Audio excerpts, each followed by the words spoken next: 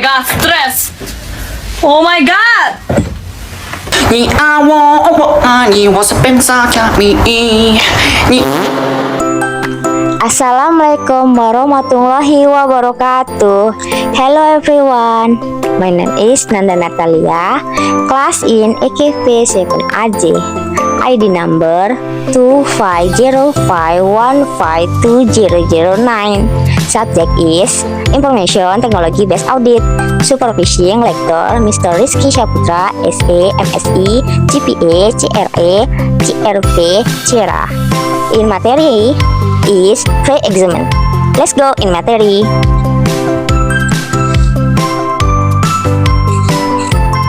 Pengertian pre-examen. Pre-examen audit ada tahapan awal sebelum audit resmi dilaksanakan, di mana auditor menilai kelayakan untuk menerima atau melanjutkan perikatan audit dengan klien.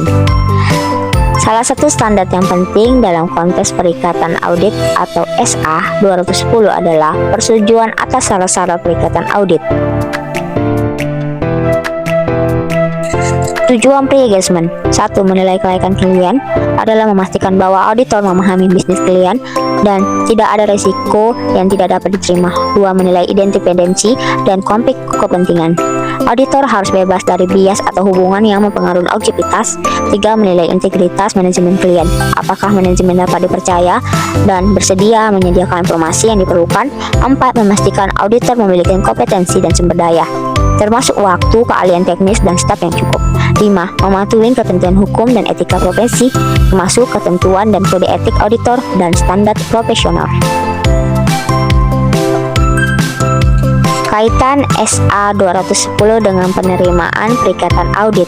Standar audit atau SA 210 yang berjudul Persetujuan atas syarat-syarat perikatan audit memiliki peran penting dalam tahapan awal pelaksanaan audit, khususnya pada proses penerimaan perikatan.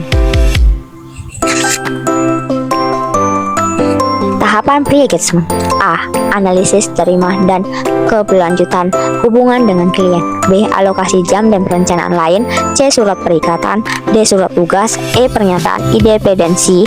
F. Komunikasi antara tim perikatan. G. Perikatan tahun pertama. A. Analisis, terima, dan keberlanjutan hubungan dengan klien merupakan langkah awal yang sangat penting dalam proses pre-engagement audit. Analisis ini menjadi pertimbangan utama bagi kantor akuntan publik atau KAP untuk memutuskan apakah akan menerima atau melanjutkan hubungan kerja dengan klien tersebut.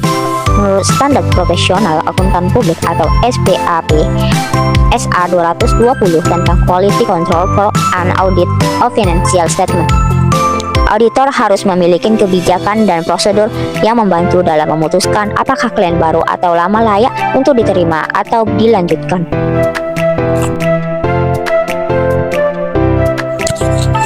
Beberapa faktor yang menjadi pertimbangan apakah auditor menerima atau melanjutkan perikatan audit ini meliputi: 1. Isu pelaporan keuangan terdahulu. 2. Integritas manajemen. 3. Kompetensi dan kesediaan waktu dan independensi personal KAP. 4. Komunikasi dengan auditor terdahulu. B. Alokasi jam dan perencanaan lainnya merupakan suatu proses perencanaan dan memperkirakan jumlah jam kerja yang dibutuhkan oleh tim auditor untuk menyelesaikan setiap tahap audit, termasuk jadwal, pembagian tugas, dan estimasi jam kerja per anggota tim untuk mencapai tujuan audit yang telah ditetapkan. C. Surat perikatan. Surat perikatan adalah perjanjian tertulis antara auditor dengan klien yang menetapkan syarat-syarat, tujuan, dan ruang lingkup pekerjaan audit. Dokumen ini berfungsi untuk mendokumentasikan kesepakatan antara dua belah pihak, mencegah kesalahpahaman, dan menguraikan kewajiban masing-masing.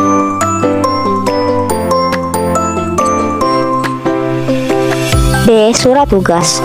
Surat tugas audit adalah dokumen resmi yang secara formal menugaskan seorang auditor atau tim auditor untuk melaksanakan pemeriksaan atau audit terhadap suatu entitas atau kegiatan tertentu.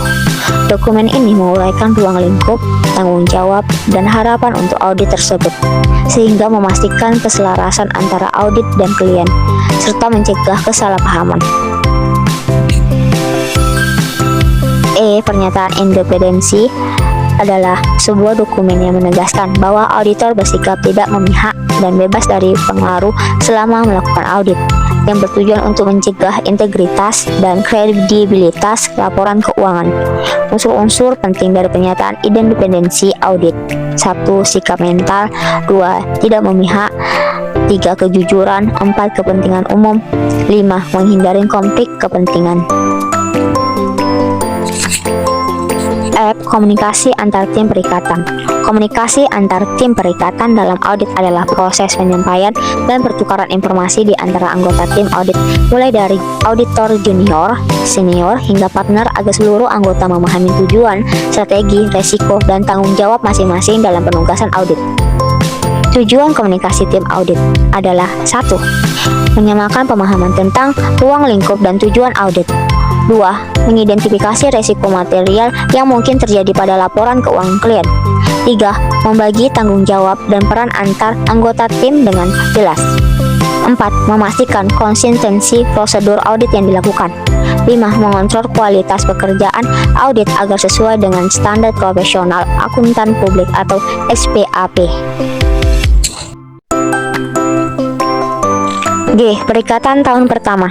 Perikatan tahun pertama audit adalah perikatan audit di mana laporan keuangan klien diaudit untuk pertama kalinya atau diaudit oleh auditor lain dari periode sebelumnya. Auditor harus memastikan saldo awal tidak memiliki salah saji material dan kebijakan akuntansi diterapkan secara konsisten menurut standar audit 510. Tantangan utamanya adalah: 1. Tidak ada saldo awal yang diaudit sebelumnya, sehingga auditor harus memperoleh keyakinan yang memadai atas saldo awal akun-akun seperti aset, liabilitas, dan ekuitas. 2. Pemahaman terhadap bisnis dan sistem pengendalian internal klien masih terbatas, sehingga auditor perlu melakukan lebih banyak prosedur awal atau initial audit prosedur. 3. Komunikasi dengan auditor sebelumnya diperlukan atau jika ada, untuk memperoleh informasi tentang hal-hal penting terkait auditor sebelumnya.